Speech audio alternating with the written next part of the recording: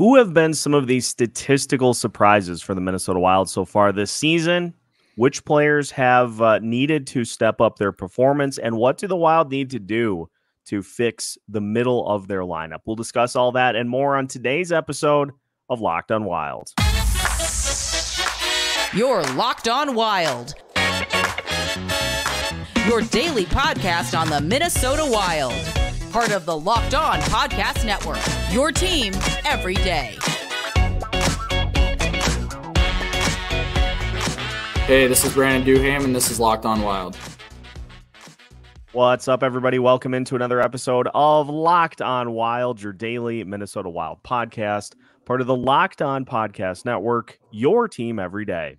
Thank you, as always, for making Locked On Wild your first listen each and every day. Make sure that you join Locked On Wild Nation if you have not already by subscribing on YouTube and your favorite podcast platforms so you don't miss out on any full episodes, pre-game content, post-game content, during-game content. It's all coming at you, so subscribe wherever you can so you don't miss out.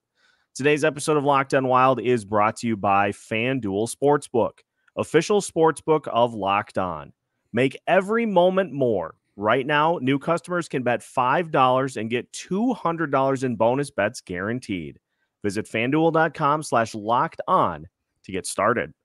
On today's episode of Locked On Wild, Brett Marshall of Sound the Foghorn joins us to discuss the stats through 6 games for the Minnesota Wild. We'll look at the good, we'll look at the bad, and we'll try to kind of piece together what the Wild should do to fix some portions of their lineup as well. My name is Seth Topal, your daily Minnesota Wild insider, and as mentioned, making his long-awaited return to the Locked On Wild airwaves is Brett Marshall of Sound the Foghorn. Brett, glad to have you back. It has been an interesting start for the Minnesota Wild, and there's a ton going on. And so I just got to say right off the top of the show, so much appreciate the stat dumps that you do, as well as the player cards, because we've seen some things so far this Wild season, and there's a lot to digest.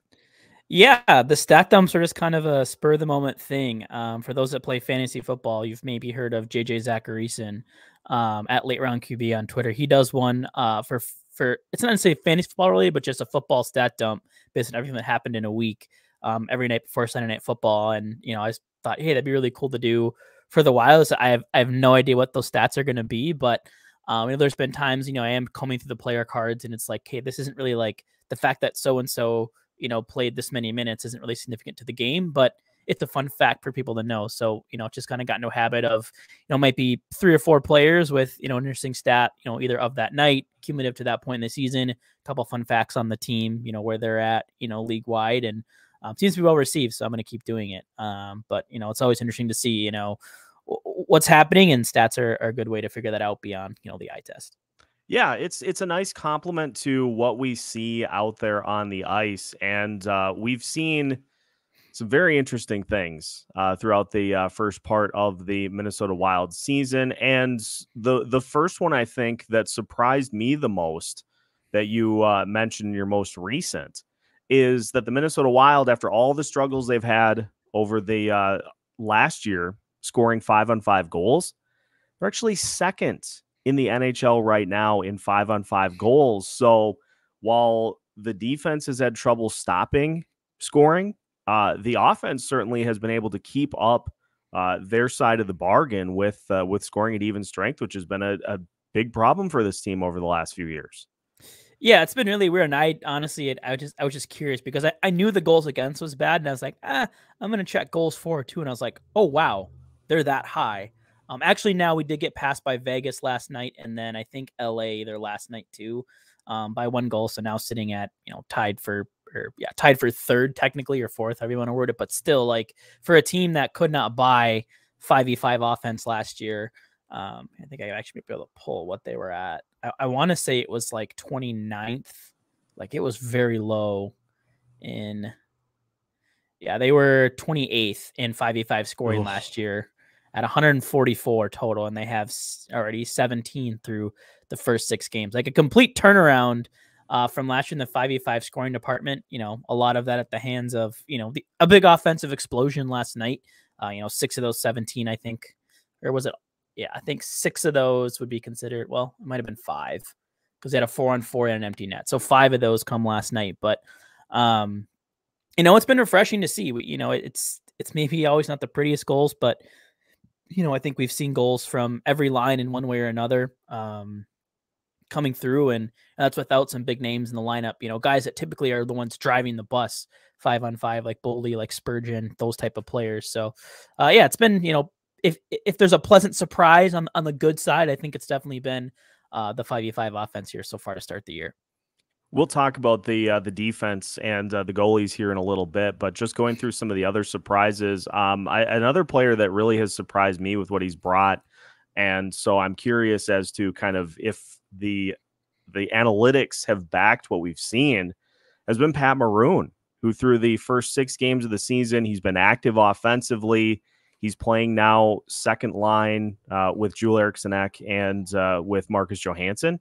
And he's fitting in just fine in that grouping. I know it's temporary until Matt Boldy's able to return.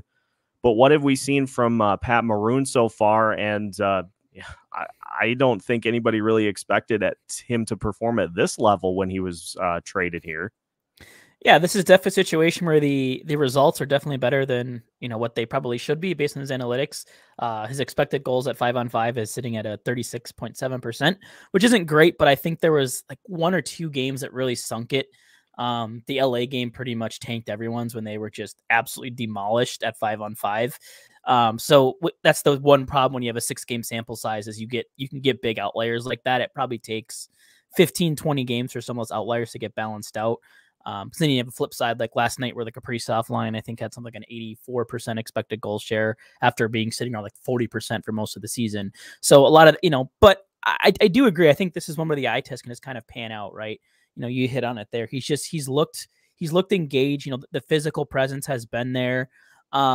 But the thing I like about him is, I think there was this notion that he's maybe more of this enforcer type, but I really think he fits more into that mold of a power forward. Will he stick up for a teammate? For sure. But he's a guy that's going to go in there, put his nose down. He'll play physical down low. We've seen some slick little passing plays, some little stick handles here and there.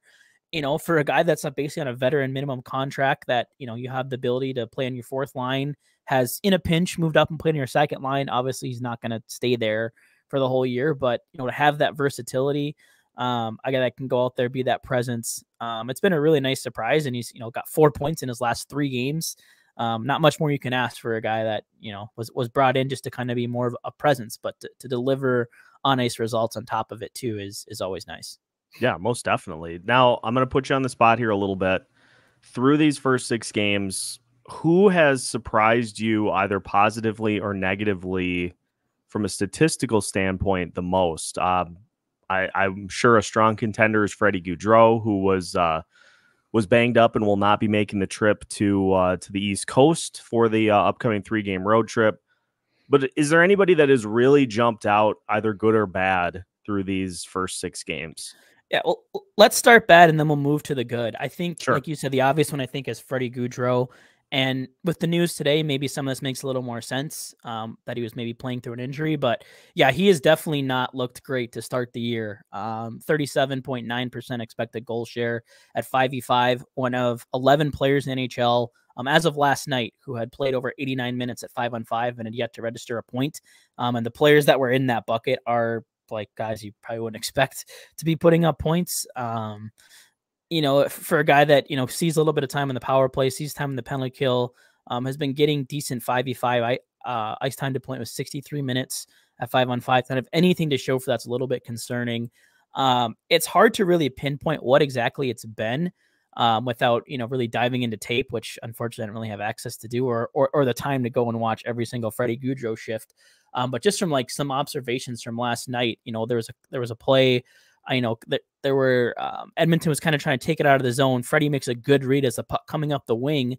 And instead of kind of engaging physically, he kind of goes for a poke check and the guy just steps around him, where if Freddie goes through him there, maybe you create more zone time. But if he's playing with an upper body injury, maybe that leads to some of that timidness. And then I forget who I, brought this up on Twitter, but it was something I was considering as well is maybe how is he handling that transition to playing wing, right? Last year, playing down the middle center, those responsibilities are very different. Playing wing, in my mind, should be easier for a guy like Freddy, who has that defensive acumen, who can be a little more active in the offensive zone. I mean, we've seen he's got good hands. He can shoot, he can score, he can pass, but it's a lot of that stuff hasn't been there.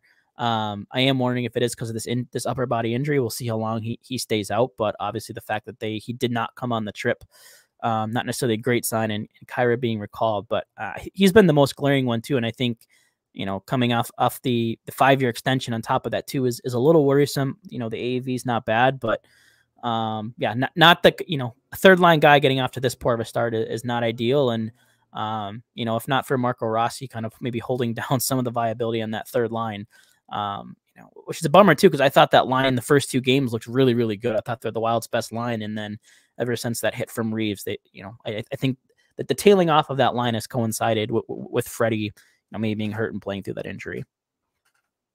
Let's dive into the lineup, because obviously we were waiting to see the top line get back to form. They did.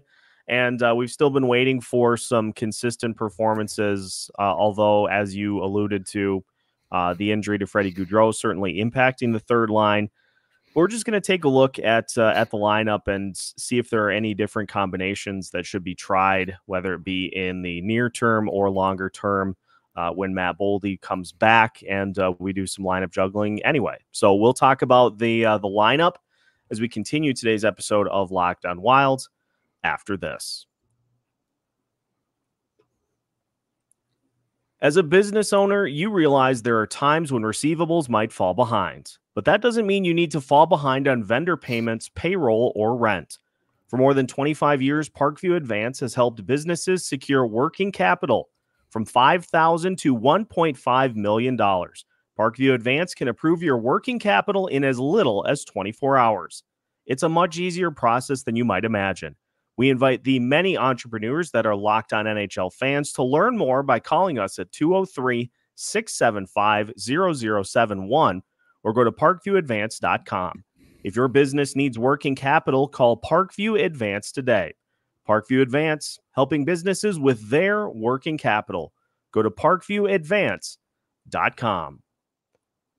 Today's episode of Locked On Wild also brought to you by Jase Medical. And there is a lot of uncertainty in the world today, and it is important to be prepared. Whether it be unrest in the Middle East, hurricanes in Florida, earthquakes across the country, and more, these issues can lead to supply chain shortages for medication or the inability to get medications in a timely manner. In steps the Jase case. The Jase case is a personalized emergency medication kit that contains 5 essential antibiotics that treat the most common and deadly bacterial infections. You can also customize your case and add additional life-saving medications based on your unique needs. If you aren't sure which personalized medications are best for members of your family, you can get them gift cards and let them choose for themselves. Either way, go to jasemedical.com and enter code LOCKEDON at checkout for a $20 discount on your order. Again, go to jasemedical.com, enter code LOCKEDON at checkout for $20 off your order. That's promo code LOCKEDON at jasemedical.com. Welcome back to today's episode of Locked On Wild. Once again, we thank you for making Locked On Wild your first listen each and every day. For the everydayers, make sure that you check out our pregame preview for today's game against the Philadelphia Flyers. That'll be coming at you a little bit later here today. So make sure that you get all the intel on the Flyers, who are off to a surprising start so far this season. And we'll tell you about former Wild forward Nick Delorier as well. Brett Marshall joins us here from Sound the Foghorn. And Brett, as we mentioned, first line starting to kind of get back into form. We obviously expect that Matt Boldy, when he returns, is going to slot in on the second line with Drew Eriksson-Ek and Marcus Johansson.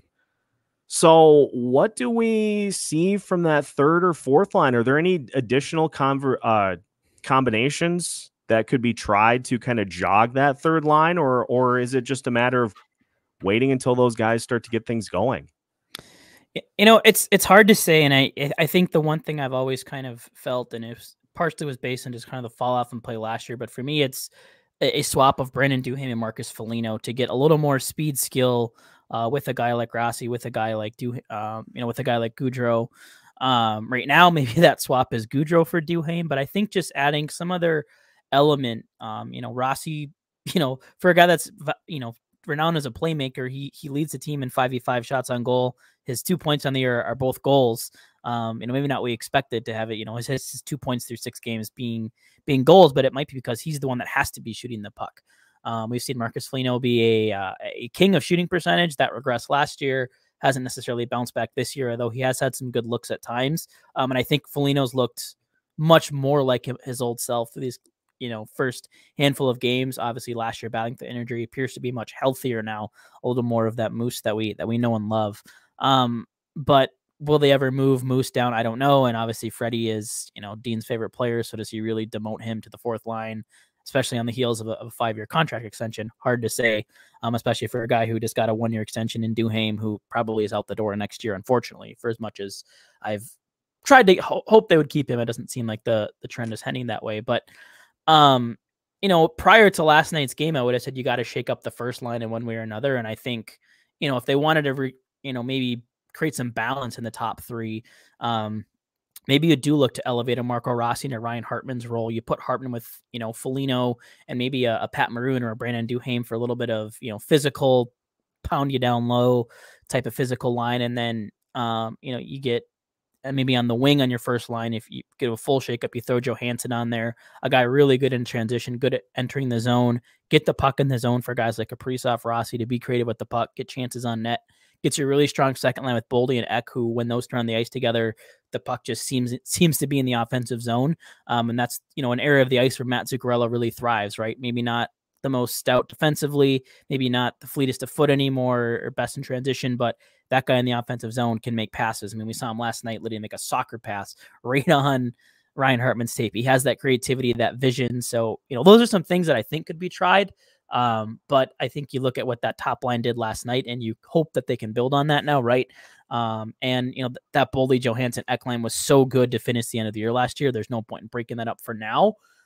So really it's, it very much feels like Kevin Fiala on the, all over again, or Matt Boldy all over again with a really skilled player, just seemingly on an island without line mates. And, I don't think, Sammy Walker didn't really do much to impress. You can't really call up anybody else. I liked what I saw out of Vinny Lettieri last night, the speed and skill that he showed. Maybe he's a guy that can get things going, but unless an injury comes, he's probably not a long-term stay on the line. So they're dealing with the hand that they're dealt. And I think when you have what's working, it just, you just kind of hope your third line can chip in a goal here and there. And that's kind of the way it's going to be. Yeah, the power play is going to be interesting too, because I don't know if I just realized how good Marcus Johansson actually is at zone entries until seeing him on that top power play unit, being able to just, he just glides through four defenders like it's nothing. And so obviously Matt Boldy is one of your better players, and it's likely that he will go back to that top power play spot when he's ready to return. But Marcus Johansson has the ability to really impact special teams, I think, whether it be on that top unit or getting opportunities as one of the top guys in that second power play unit.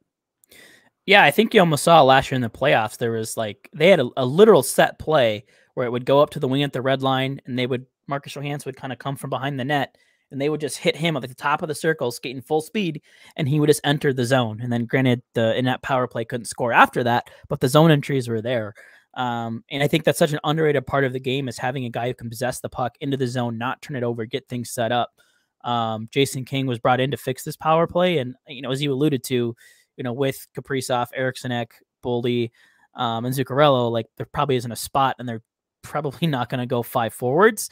Because if Kalen Addison's not here to play on your first power play unit, what is he here to do? Maybe more on him in a little bit. Because I think he's been sneaky good this year, and no one's talking about it. But but I think, if you can have a guy like that can kind of lead your second unit in with a skill guy like Rossi, I think the key is just finding, what other element, obviously Spurgeon coming back could really help with that. But, right now it's, noted offensive defenseman Jonas Brodin, working that blue line. And I think it's been mixes of Marcus Foligno, Freddy Gaudreau, Ryan Hartman. It's just kind of this grab bag of other forwards who might be able to do something. So, I think a healthy lineup hopefully improves that second power play as well. Yeah, it's not the other guys featuring Mark Wahlberg and Will Ferrell. It's the other guys featuring Marcus Foligno, Ryan Hartman, and others on that second power play unit. Yeah. So we'll see. But yes, as you alluded to, we are going to talk about the Wild defense, which has been the big problem to start the season. We'll look at who is causing said problems and what the Wild can do about it as we finish today's episode of Locked On Wild after this.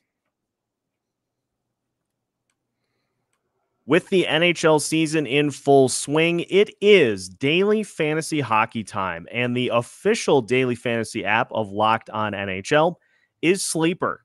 Sleeper is the #1 choice for daily fantasy sports, especially daily fantasy hockey, because with Sleeper, you can win 100 times your cash in daily fantasy hockey contests. All you have to do is set your lineup with who you think is going to either beat or not beat their projections in areas such as goals, assists, saves, plus, minus, or more in a single game. The best part about Sleeper is you can set your lineup in under 60 seconds. To win 100 times on Sleeper, you need to correctly predict the outcome of 8 player stats. You heard me, Wild fans. You can win 100 times your money playing daily fantasy hockey with Sleeper. So start paying attention and nail your picks so you can start winning big. Use promo code LOCKEDONNHL and you'll get a $100 match on your first deposit. Terms and conditions apply. That's code LOCKEDONNHL. See Sleeper's terms of use for details and locational availability. Final segment of today's episode of Locked On Wilds. Once again, we thank you for making Locked On Wilds your first listen each and every day. If you haven't already, make sure to give Brett a follow on X. Tons of different things throughout the course of the week during games. The player cards, which are, I'll say it, if I've said it once, I'll say it 1,000 times.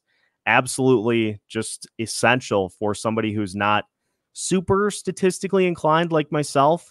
But it makes everything just so easy to digest from game to game. And so for listeners who haven't yet, make sure you give Brett a follow. An essential resource for the rest of the Minnesota Wild season. Brett, let's talk about the D, because it's been a little bit of a problem so far this season. And obviously, with Jared Spurgeon out of the lineup, there was an expectation that it was going to be hard to fill his shoes. But I don't think anybody anticipated that it would be as eye-opening as it was. And it's funny because the Wild had this happen last year. They shored it up, but so far this season, it's almost looking worse than it did last year. Yeah, I mean, I think people, the trade Spurgeon crowd, the strip the C crowd, the whatever was the negative things that were said about Jared Spurgeon, those folks have been awfully quiet.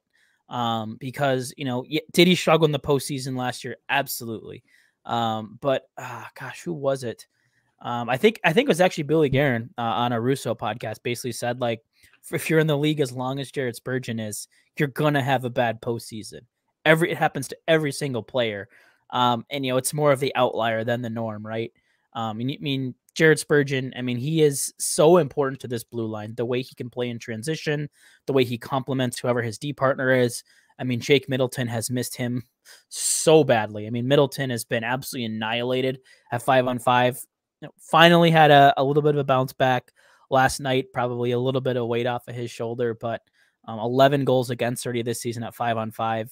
There was a stretch last year, I think from, I want to say it was like late February to like late March, where him and Spurgeon were not on the ice for a 5v5 goal against. I think it was for something like 18 games.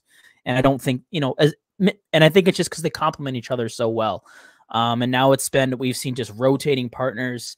You and I talked about this before we jumped on. Brock Faber leads this team in ice time through the first 6 games by 6 minutes over Jonas Brodin. Like the defense is so dire that they are leaning on a rookie with very little NHL experience to to munch minutes.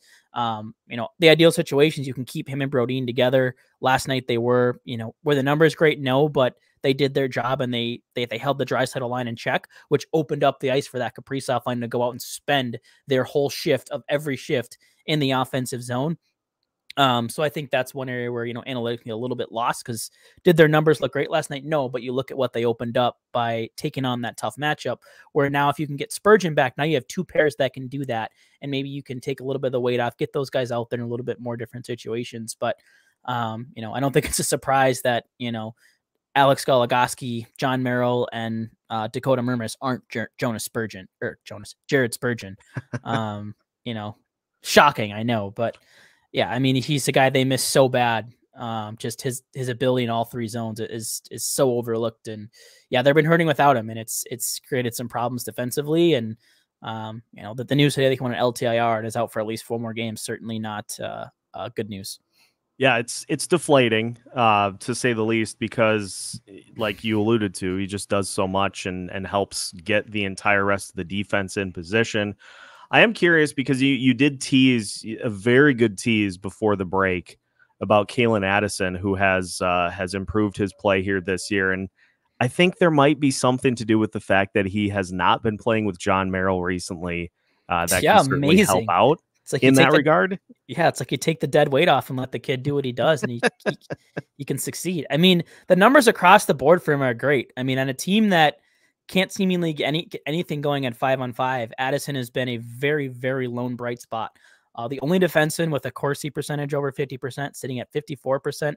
The only defenseman sitting at a plus 50% or above expected goal share, nearly 60% on the season in 81 minutes of 5v5 ice time. Outscoring opponents 6-5 when he's on the ice. That's on 2.76 expected goals against. So, 2 of those goals, arguably some bad goaltending. They're leading in high danger chances, scoring chances. And this isn't coming. Natural Stats got some great data on where the shifts start, whether that's offensive zone, defensive zone. The deployments for him is very similar. He has 10 offensive zone starts, 11 defensive zone starts. 17 in the neutral zone, face-offs, pretty much the same across the board. This isn't because he's just being sheltered, being deployed in the offensive zone. Calen Addison has improved, I think, too. And I mentioned to someone, we were talking about Addison on X or Twitter, whatever you want to call it, last night. And I said, he hasn't been noticeable in the defensive zone. And I think that's a good thing, right? He's not making these, there was a pretty bad turnover, I think, to start the game last night. But those are going to happen every now and again. But the fact that, we're seeing him play a little tougher, make the smarter play. He is one of the few defensemen that the Wild have left in the roster that is able to push pace up the ice, get that first breakout pass going. He's mobile. And like it or not, he's been shooting the puck a ton. Has it been the smartest decisions to shoot? No. But for a team who for its whole history has been notorious for overpassing, seeing a guy just wind up and take shots, fuck it, dude. Do it every now and again, right? Yeah, well, and you want to, especially with young players, you want to see that confidence. That's been one of the good things with Rossi so far. That's been one of the good things with Brock Faber and with Addison, is you're seeing the confidence that those guys have, that if they have the puck and they have an opportunity, they're just going to step up and shoot. I just wish there was something that could be done about that guy on the D-core that seems to be dragging everybody's numbers down, but there just has been no inclination of any sort of roster move to be done with John Merrill. And I get it. Merrill, he's a good guy in the locker room, but at the same time, your production cannot only be taking penalties and going and sitting in the box and hoping that your team doesn't give up a power play goal while you're sitting in the penalty box. And so far this season, that's all it's been. Yeah, his game, is kind of picked up where it left off last year. It's just confusing at some times. I mean, I'm not a National Hockey League player. I've never played at the speed that these guys have played at. The highest level I played was high school hockey. Had one tournament where I played with some guys who are now playing in the NHL, which is probably the fastest paced I ever played. And I was playing on the fourth line, 5 minutes a game in that. So I can't criticize decision-making because I don't know what it's like in that time, but there are times where it seems like there's such an obvious play to make or such an obvious spot to be on the ice, and he's just not there. I remember there was a penalty kill where the Wild were playing a very basic box, right? You have 2 guys in the back, 2 guys at the point, And then, so the other team hadn't moved to the umbrella yet, but John Merrill apparently thought that he had. As a puck kind of moves up to the wing where a forward's already covering, John Merrill takes like 4 strides in to block a shot, and they go, oh, look, the front of the net is now wide open because John Merrill has vacated it. They pass it to that guy. I think it might have been Austin Matthews in the Toronto game, and that guy doesn't miss those. But if he stays there, that pass is taken away, right? It's just, someone's battling for the puck behind the net. There's already a defenseman is center down there. Merrill goes and chases, front of the net becomes vacant. It's just little plays like that where you wonder, what's your thought process there? You're a stay-at-home defenseman, be a stay-at-home defenseman. And just like the constant utilization of his size, I think is frustrating too, because that was seemingly the reason they kept him in all last year was, we don't have enough size in our blue line. We need size. And Merrill seemingly just doesn't necessarily win puck battles, isn't knocking guys off a puck. So we don't see a lot of physical play from him. And I think the frustrating part about his penalties, it's a lot of kind of that's the one step slower penalties, the hooks, the trips, the slashes, those types of things. And that's where it just really gets annoying. It's just like, not again.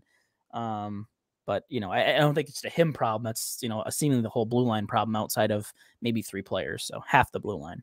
Yeah, it's one of those things that I look forward to seeing how it's addressed when Spurgeon comes back, because then we go to the point where there will be somebody that has to come out of the lineup. I mean, as we talked about, Dakota Mermis, he's done fine in the situation that he's been put in, but he is certainly more of an AHL guy than an NHL guy. And so I thought he's looked better than Marilyn Goligoski. He has absolutely. And it's those simple plays of just being in the right position, forcing guys up the board, not making the stupid, not leaving the front of the net vacated. I think ultimately it just comes down to a money thing, right? I mean, unless they can get, I don't know, maybe they like us so much they throw one of those guys on waivers, or Goligoski's injury ends up being a lot longer than we think it will be. But yeah, I've been impressed. For knowing what Dakota Mermis is, I think he's looked fine. I think he's looked competent. He's what I wish that Goligoski and Merrill would do sometimes. And I want to throw it all on John Merrill too, because Alex Goligoski before his injury looked putrid. Yeah, he was a guy I did beat the drum a little bit for at times the past 2 seasons, but man, to start this season, he looked horrendous. There were times where him and Merrill on the ice together, and it's like, oh, this is just a complete liability. Hold on for dear life, because if that puck gets close to the net, it's probably going in. So we'll see what happens, but appreciate you hopping on, Brett. Make sure, listeners, as I mentioned, to give Brett a follow on X to get player cards after pretty much every game throughout the season, as well as stat dumps and everything else as well. And Sound the Foghorn going more to a, semi-regular posting schedule. And so keep an eye out for potential return coming up, hopefully before too long, for Sound the Foghorn. All that and more. Brett, we thank you for the time here today. Anytime. Always happy to talk Wild. Sometimes it's hard to get me to shut up about them. even when things are bad. Yeah, even when things are bad, there's just a ton to talk about. So, listeners, that'll do it for today's episode. So make sure, if you haven't already, hit subscribe on YouTube, on your favorite podcast platforms, so you don't miss out on any of our content throughout the week. You can find new episodes every Monday through Friday as part of the Locked On Podcast Network.